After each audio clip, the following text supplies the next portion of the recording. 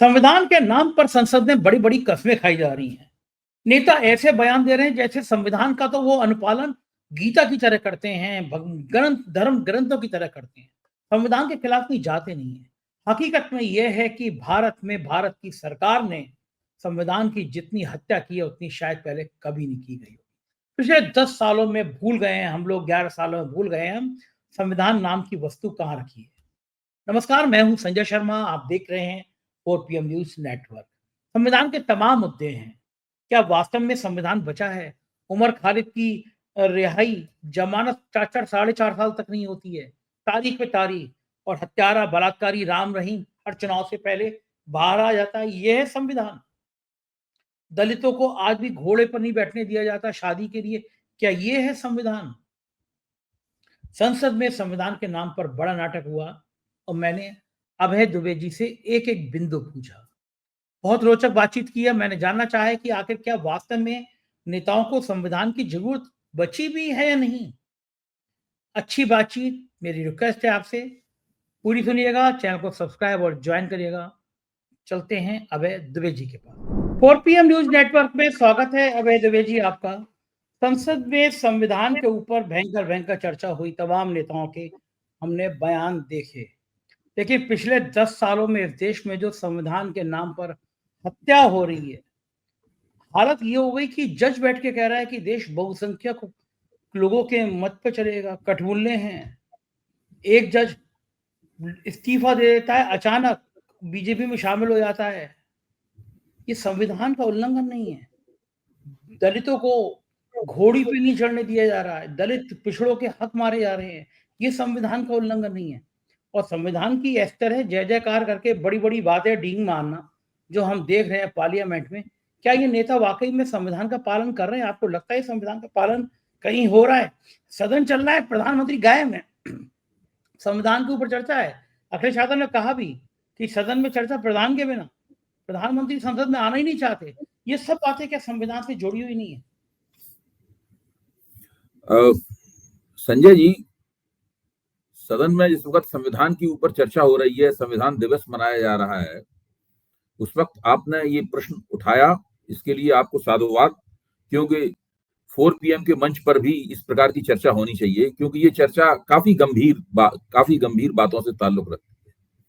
आपने कहा कि अभी प्रधानमंत्री सदन में चर्चा हो रही है, प्रधानमंत्री वहां गायब हैं, वो फोटो अपॉर्चुनिटीज चल रही है उनकी प्रयागराज कुंभ में। वो टीवी पे सब वो आ रहा है, प्रयागराज में एक शॉल ओढ़े हुए वो इधर उधर देख रहे हैं, तस्वीरें खिंचा रहे हैं, अब इस फलाने मंदिर में जाएंगे, अब फलाने मंदिर में जाके पूजा करेंगे, ये सब चल रहा है। और इधर संविधान पे संसद में चर्चा हो रही है। आप समझ सकते हैं कि वो संविधान के संविधान के ऊपर चर्चा के बारे में कितने गंभीर है। मैं इस मसले को एक ऐसी निगाह से देखता हूं जिससे मुझे संदेश ये मिलता है कि देश में प्रतिदिन संविधान का उल्लंघन हो रहा है। प्रतिदिन संविधान की भावना और संविधान के शब्दों का हनन किया जा रहा है। इसके लिए मैं आपको केवल एक उदाहरण दूंगा, उसके बाद मेरे पास और भी कई उदाहरण है। मैं सिलसिलेवार आपके सामने पेश करूंगा कि मैं ऐसा क्यों कह रहा हूं। केवल इसलिए नहीं कि मुझे नरेंद्र मोदी की या भाजपा सरकार की आलोचना का शौक है। देखिए, कांग्रेस ने 1975 में इमरजेंसी लगाई और संविधान की ही एक धारा का इस्तेमाल करके इमरजेंसी लगाई गई। वो संविधान का इस्तेमाल करके ही संविधान की भावना का सबसे बड़ा उल्लंघन था। यानी संविधान में जो एक शब्द लिखा हुआ है, संविधान में जो लिखा हुआ है, उसके आधार पर उसकी भावना का हनन किया गया उसमें। मैं खुद इमरजेंसी का भुक्तभोगी हूं। मुझे और मेरे पिता दोनों को जेल में डाला गया। मेरी उम्र बहुत कम थी। मुझे BA Part 1 का इम्तिहान भी जेल की बैरक से देना पड़ा। तो मैं मुझसे ज्यादा इस मामले को कोई नहीं जानता। और कांग्रेस को उस बात की सजा भी मिली। कांग्रेस सत्ता से बाहर हो गई और दोबारा सत्ता में फिर आ गई 1980 में। लेकिन कांग्रेस का पतन तभी से शुरू हो गया था और बहुत मुश्किल से कांग्रेस पिछले चुनाव में आके 2024 में फिर दोबारा संभली है। भारतीय जनता पार्टी भी उसी रास्ते पर चल रही है। लेकिन इसमें फर्क यह है कि जहां कांग्रेस ने संविधान की एक धारा का इस्तेमाल करके इमरजेंसी लगाई थी, वहां भारतीय जनता पार्टी ने नरेंद्र मोदी के नेतृत्व में एक नई पॉलिटिकल टेक्नोलॉजी डेवलप की है कि संविधान में हम कोई संशोधन नहीं करेंगे, संविधान की किसी धारा का इस्तेमाल नहीं करेंगे, लेकिन संविधान के मुताबिक कुछ नहीं करेंगे। संविधान को धर्म ग्रंथ घोषित कर देंगे, उसको धर्म ग्रंथ की तरह रखेंगे, सामने धूप बत्तियां जलाएंगे, उसके इर्द गिर्द ढोल मजीरे लेके नाचेंगे, पूरा भजन कीर्तन होगा, यज्ञ आदि का समारोह भी होगा और संविधान की विरुद्धावली गाई जाएगी, जय जयकार की जाएगी। लेकिन संविधान का जो बुनियाद, संविधान ने हमारे लोकतंत्र को जो बुनियादी ढांचा दिया है, उसका हम पूरी तरीके से उल्लंघन करेंगे। उसका सबसे बड़ा उदाहरण क्या है? आप मानते होंगे कि संघवाद हमारे लोकतंत्र का एक बुनियादी ढांचा है। भारतीय राज्य का एक बुनियादी उसूल है संघवाद, फेडरलिज्म। ये संविधान ने दिया है हमें ना। भाजपा का कोई भी नेता, कोई भी कार्यकर्ता, प्रधानमंत्री समेत संघवाद का विरोध नहीं करता। प्रधानमंत्री ने तो संघवाद, ये दिखाने के लिए कि वो संघवाद के कितने शहदाई हैं, कितने प्रशंसक हैं, उन्होंने कोऑपरेटिव फेडरलिज्म नाम का एक फिक्रा ही गढ़ दिया, सहकारी संघवाद नाम का फिक्रा गढ़ दिया। लेकिन असल में क्या हो रहा है आप ये देखिए, 10 साल से एक नारा दिया जा रहा है राजनीति में, जिसका नाम है डबल इंजन की सरकार। दिन रात ये नारा दिया जाता है, हर चुनाव अभियान में नारा दिया जाता है। मुख्यमंत्री जो भाजपा के होते हैं वो गर्व के साथ कहते हैं कि हम डबल इंजन की सरकार है। इस नारे का क्या मतलब है? इस नारे का मतलब यह है कि अगर किसी राज्य के मतदाताओं ने भारतीय जनता पार्टी की सरकार नहीं चुनी तो वो एक ही इंजन की सरकार होगी, फिर जो केंद्र सरकार का इंजन है वो इस इंजन को सपोर्ट नहीं करेगा। इसलिए अगर आपको केंद्र सरकार का सहयोग चाहिए तो आप डबल इंजन की सरकार बनाइए, भाजपा की ही सरकार बनाइए आप। जबकि संविधान ये कहता है कि हर राज्य सरकार डबल इंजन की सरकार ही होनी चाहिए, वो किसी भी पार्टी की क्यों ना हो। अब ये अच्छा, जो मतदाता भारतीय जनता पार्टी की सरकार चुनने से इनकार कर देता है, केंद्र सरकार फिर उसको दंडित करने की मुहिम पे निकलती है। दंडित करने की एक टेक्नोलॉजी है। एक राजभवन होता है हर राज्य की राजधानी में, वहां राज्यपाल साहब बैठे होते हैं, इनको केंद्र सरकार नियुक्त करती है। वो राज्यपाल केंद्र सरकार के कहने पर विपक्ष के मुख्यमंत्री के खिलाफ एक समांतर सरकार चलानी शुरू कर देते हैं। जो राज्यपाल जितनी खूबी से और जोरदारी के साथ ये काम करता है उसको बाद में उतना ही पुरस्कृत किया जाता है। जगदीप धनखड़ साहब इसके सबसे बड़े सबूत हैं। और इस प्रकार के व्यक्ति कहां से कहां पहुंचते हैं। आज विपक्ष को जगदीप धनखड़ के खिलाफ अविश्वास प्रस्ताव लाना पड़ रहा है। आप कल्पना कीजिए, अगर पश्चिम बंगाल विधानसभा में जगदीप धनखड़ के खिलाफ राज्यपाल के तौर पर पश्चिम बंगाल विधानसभा अविश्वास का प्रस्ताव पास कर देती तो क्या होता। और वो कर सकती थी, अविश्वास का प्रस्ताव पास कर सकती थी, क्योंकि बहुत जबरदस्त बहुमत था ममता बनर्जी के पास। ये स्थिति है। तो अब आप देखिए, ये पूरी तरह संविधान का जमकर उल्लंघन हो रहा है। दूसरा, इस टेक्नोलॉजी का एक और पहलू है कि संविधान के कुछ प्रावधानों में चालाकी पूर्वक कुछ इस तरह के संशोधन किए जाएं ताकि आप उनका अपनी राजनीतिक गोटी लाल करने में इस्तेमाल कर सकें। इसका सबसे बड़ा उदाहरण है पीएमएलए कानून। जो पीएमएलए कानून बना था, हम सब जानते हैं, पहले भी इस बात पे चर्चा कर चुके हैं कि वो मनी लॉन्ड्रर्स के खिलाफ बना था, वो नशे की तिजारत करने वालों के खिलाफ बना था। लेकिन उसमें एक जो दफा 45 थी, जिससे उस कानून में गिरफ्तार किसी व्यक्ति का जमानत पाना तकरीबन असंभव हो गया था। सुप्रीम कोर्ट ने उसका गैर संवैधानिक घोषित कर दिया, लेकिन केंद्र सरकार उसको मनी बिल के जरिए पिछले दरवाजे से ले आई और देखते देखते उसको विपक्ष के खिलाफ इस्तेमाल किया जाने लगा। अब देखिए, केंद्र सरकार कहती है हम तो कुछ नहीं कर रहे, हम तो सब संविधान और कानून के मुताबिक कर रहे हैं। जो गिरफ्तारी हुई है वो कानून के मुताबिक है, जो जमानत नहीं मिल रही है वो भी कानून के मुताबिक है। सालों साल विपक्षी नेता जेलों में पड़े हुए सड़ते रहे।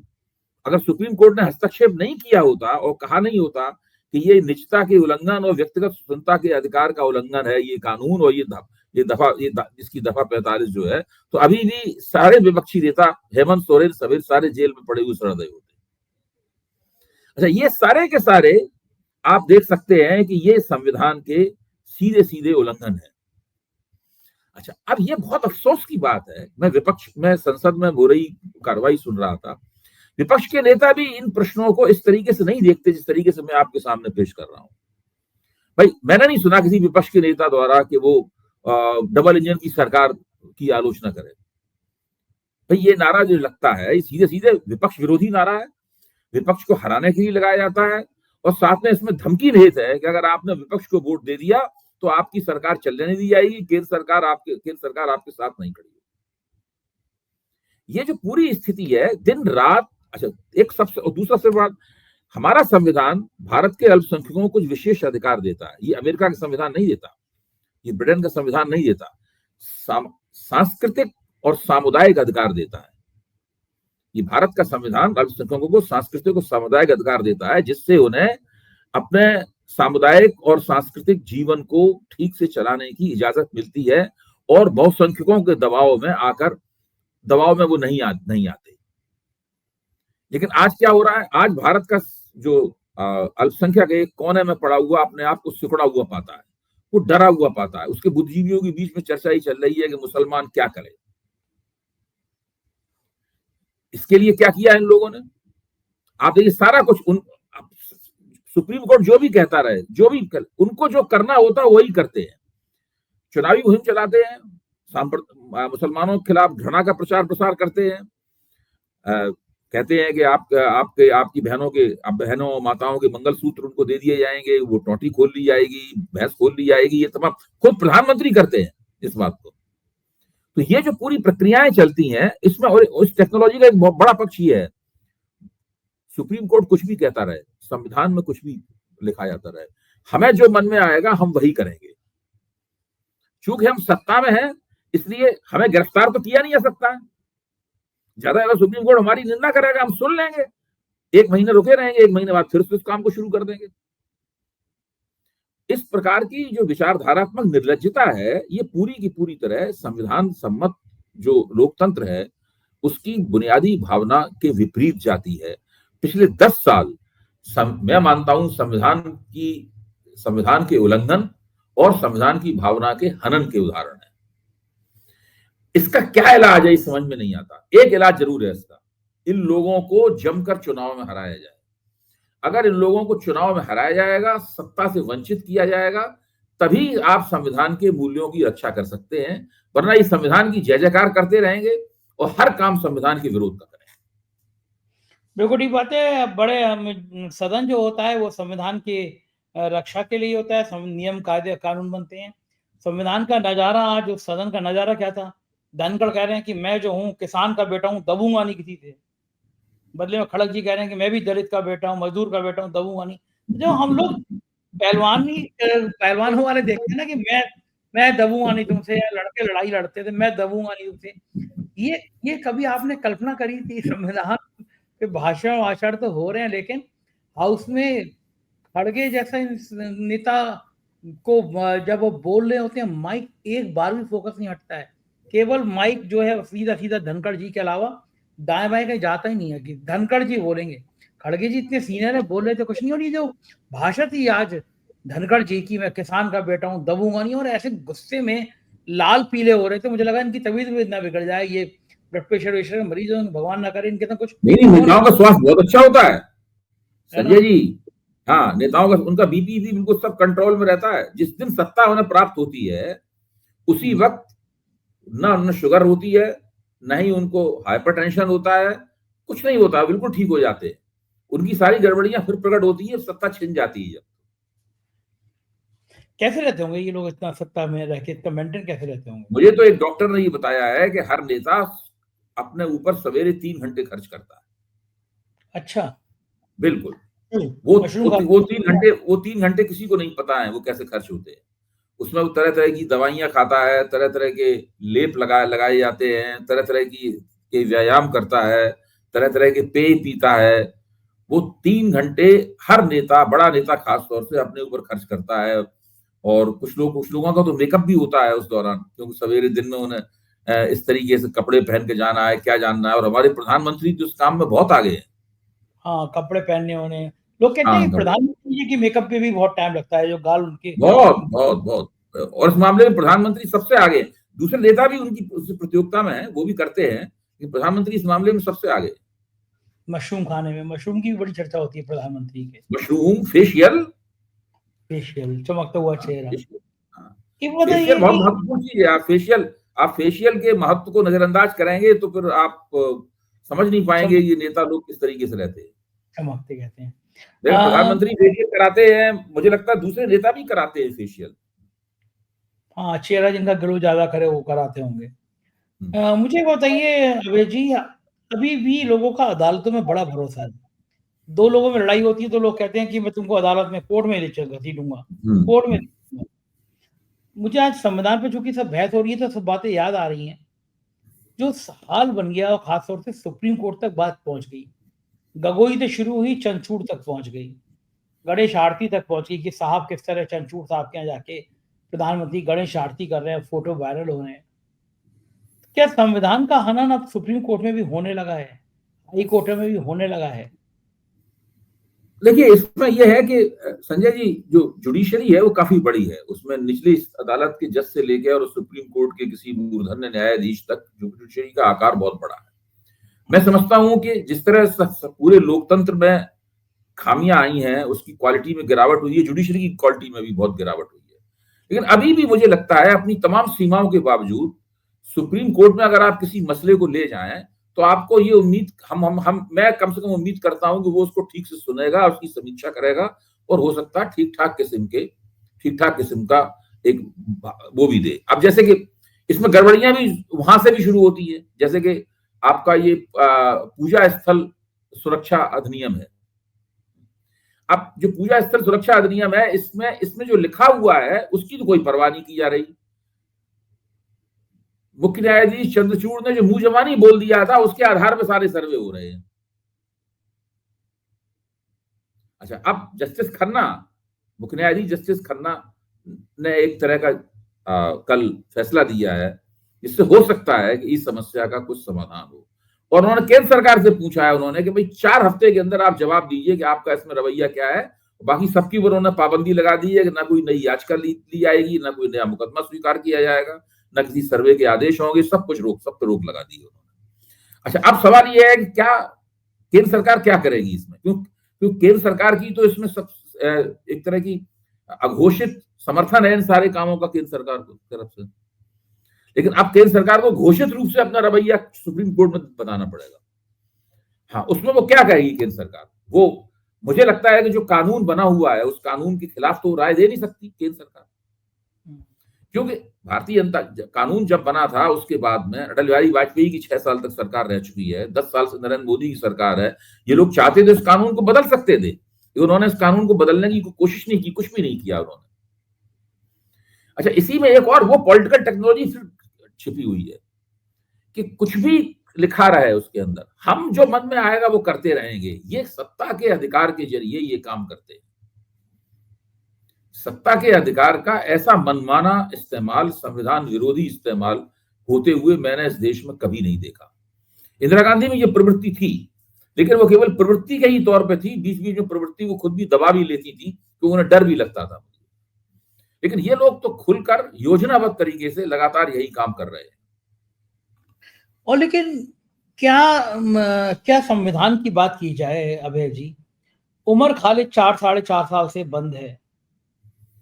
जब भी डेट पड़ती है अगली डेट दे दी जाती है सुप्रीम कोर्ट में जमानत। एक तरफ सुप्रीम कोर्ट कहता है कि जमानत अधिकार है, जेल मजबूरी है, जमानत अधिकार है। उमर खालिद के मामले में नियम भूल जाते हैं। राम रहीम जैसा बलात्कारी हत्यारा, चुनाव से पहले उसको पैरोल में छूट दे दी जाती है। ऐसे तमाम हत्यारों बलात्कारियों को छूट दे दी जाती है। लेकिन उमर खालिद चूंकि उस सरकार के खिलाफ बोला था, उसकी 4.5 साल तक सुनवाई नहीं होती है। इस देश में क्या मुसलमान होना इतना खराब है कि अब अदालतें भी नहीं देखेंगे अगर नाम के आगे मुसलमान चिन्ह लगा हुआ है, खान लगा हुआ है या मुसलमान नाम दिख रहा है, और अदालतें भी नहीं सुनेंगी? भाई, मैंने तो अभी आपके सामने कहा ना, मैंने कहा कि भारत में संविधान ने अल्पसंख्यकों को कुछ विशेष अधिकार दिए हैं।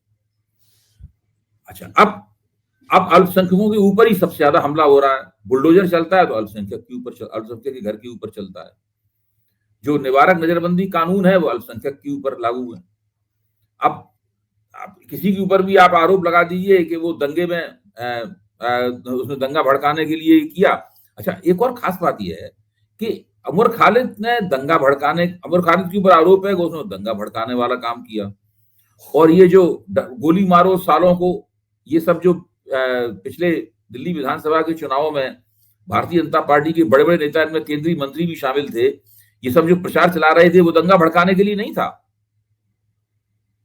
आप सोचिए, हाँ, मुख्य प्रधानमंत्री खुद जो पिछला लोकसभा चुनाव में जो प्रचार कर रहे थे वो अल्पसंख्यकों के खिलाफ घृणा का प्रचार नहीं था? क्या उससे देश में भावनाएं नहीं भड़केंगी, वो दंगा नहीं भड़केगा? इसीलिए मैं कहता हूं कि संविधान को जब से प्रधानमंत्री ने धर्म ग्रंथ घोषित किया है, तब से उसको पूजा की वस्तु बना दिया है। उसमें क्या लिखा है उसका कोई मायने नहीं रह गया है। संविधान रखा हुआ है, उसकी लगातार पूजा हो रही है, इस वक्त सदन में पूजा चल रही है, पार्लियामेंट में संविधान की पूजा चल रही है। लेकिन व्यवहार में व्यावहारिक राजनीति इस तरीके से हो रही है ताकि संविधान की सारे जो नियम, निर्देश, भावना, शब्द जो कुछ भी हैं वो तार तार हुए जा रहे हैं। संविधान के तो आपको याद होगा कितना बढ़िया था कि जब पार्लियामेंट का उद्घाटन हुआ, प्रधानमंत्री जी एक दंड ले आए, वो दंड को लटा दिया गया, उस तरह के प्रधानमंत्री जी लेट गए, ऐसा लगा था राजा का सिंहासन सजा हुआ है। लग ही नहीं था कि ये डेमोक्रेसी एक डेमोक्रेटिक देश है, लोकतांत्रिक देश है, जहाँ पे हर संविधान की पूजा होती है। बताइए, नई पार्लियामेंट के उद्घाटन में किसी धार्मिक प्रतीक को लाके उसके आगे लेट जाना, और वो फिर मैं जहाज में देख रहा था, वो मोटे मोटे वाले पंडित जी सारे एक धोती पहने हुए संसद के अंदर हवन पढ़ रहे थे।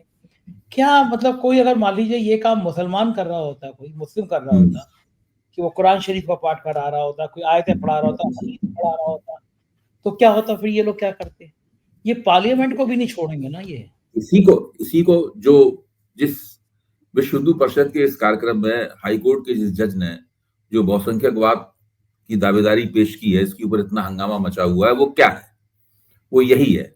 ये एक छोटी सी बात है कि संविधान के मुताबिक लोकतंत्र बहुमत से चलता है। बहुसंख्या के आधार पर नहीं, बहुमत के आधार पर चलता है। बहुमत क्या है? बहुमत बनता और बिगड़ता रहता है। आज किसी का बहुमत है, कल वो अल्पमत में चला जाएगा, अल्पमत वाला कोशिश करके फिर बहुमत में आएगा और बहुमत वाला अल्पमत में चला जाएगा। ये बहुमत है। बहुसंख्यकवाद क्या है? वो स्थायी बहुमत है, परमानेंट मेजोरिटी का खेल है। कि हम वो परमानेंट मेजोरिटी भी कौन सी है कि हम एक धर्म के अनुयायी हैं, या एक जाति के अनुयायी हैं, या हम एक खास नस्ल के हैं, इसलिए हमारा बोलबाला होना चाहिए। तो वो पूरा बहुसंख्यकवाद, पूरी भारतीय जनता पार्टी, विश्व हिंदू परिषद और वो जज जो विश्व हिंदू परिषद के कार्यक्रम में बोल रहे थे, उस तरह के लोगों का दावा है कि लोकतंत्र बहुसंख्यकवादी होना चाहिए, बहुमत के आधार पर लोकतंत्र नहीं होना चाहिए। यही पूरी बहस है। संविधान लोकतंत्र को बहुमत आधारित बताता है, ये लोग उसका उल्लंघन करते हुए लोकतंत्र को बहुसंख्यकवादी बनाने में तुले हुए हैं। इसीलिए सारी समस्या है। सब जगह बड़े बड़े पंडित और पुजारियों को ले आते हैं, धार्मिक प्रतीकों को ले आते हैं, जो मुसलमान है उसको लगातार दंडित कर रहे हैं, उसके घर के ऊपर बुलडोजर चला रहे हैं, उसको जेल में डाले हुए हैं, उसकी तारीख पे तारीख लग रही है, उसको इंसाफ नहीं मिल रहा है और कोई वो आवाज भी नहीं उठा रहा है उसके पक्ष में। तो ऐसा कब तक चलता रहेगा? कब तक ये हिंदुस्तान इस तरह अपना, ये सत्ता में रहेंगे? वही है, हमारे गुरु थे प्रोफेसर DL शेठ, वो कहते थे कि राम भक्तों को 14 साल का वनवास दो। अब जब तक ये सत्ता से बाहर रहेंगे तो इनको बीपी और शुगर की बीमारी भी हो जाएगी, मैं आपको बताऊं। और ये सब नहीं कर पाएंगे। पार्लियामेंट में प्रियंका गांधी के भाषण की बड़ी चर्चा हुई। उन्होंने कहा पुराने टाइम में राजा जनता से संवाद करता था, बात करता था, अब तो राजा लाखों के सूट पहनता है, सवाल सुनना नहीं चाहता, उसे बर्दाश्त नहीं है लोगों के सवाल। तो प्रियंका गांधी बोलती बहुत बढ़िया है, आपने भी देखा होगा कि संसद उनका भाषण की बड़ी चर्चा हुई है। ये लगातार अब ये तीखे हमले प्रियंका के झेलने पड़ेंगे मोदी जी को। देखिए, संसद में विपक्ष पहले सत्र से ही, पहला अधिवेशन हुआ था तभी से विपक्ष बहुत जबरदस्त, विपक्ष का प्रदर्शन बहुत बेहतरीन हो रहा है, और प्रियंका गांधी के पहुंचने से वो प्रदर्शन और भी बेहतर होगा, सरकार के ऊपर हमले और भी तीखे होंगे। लेकिन यहां समस्या कुछ दूसरी है।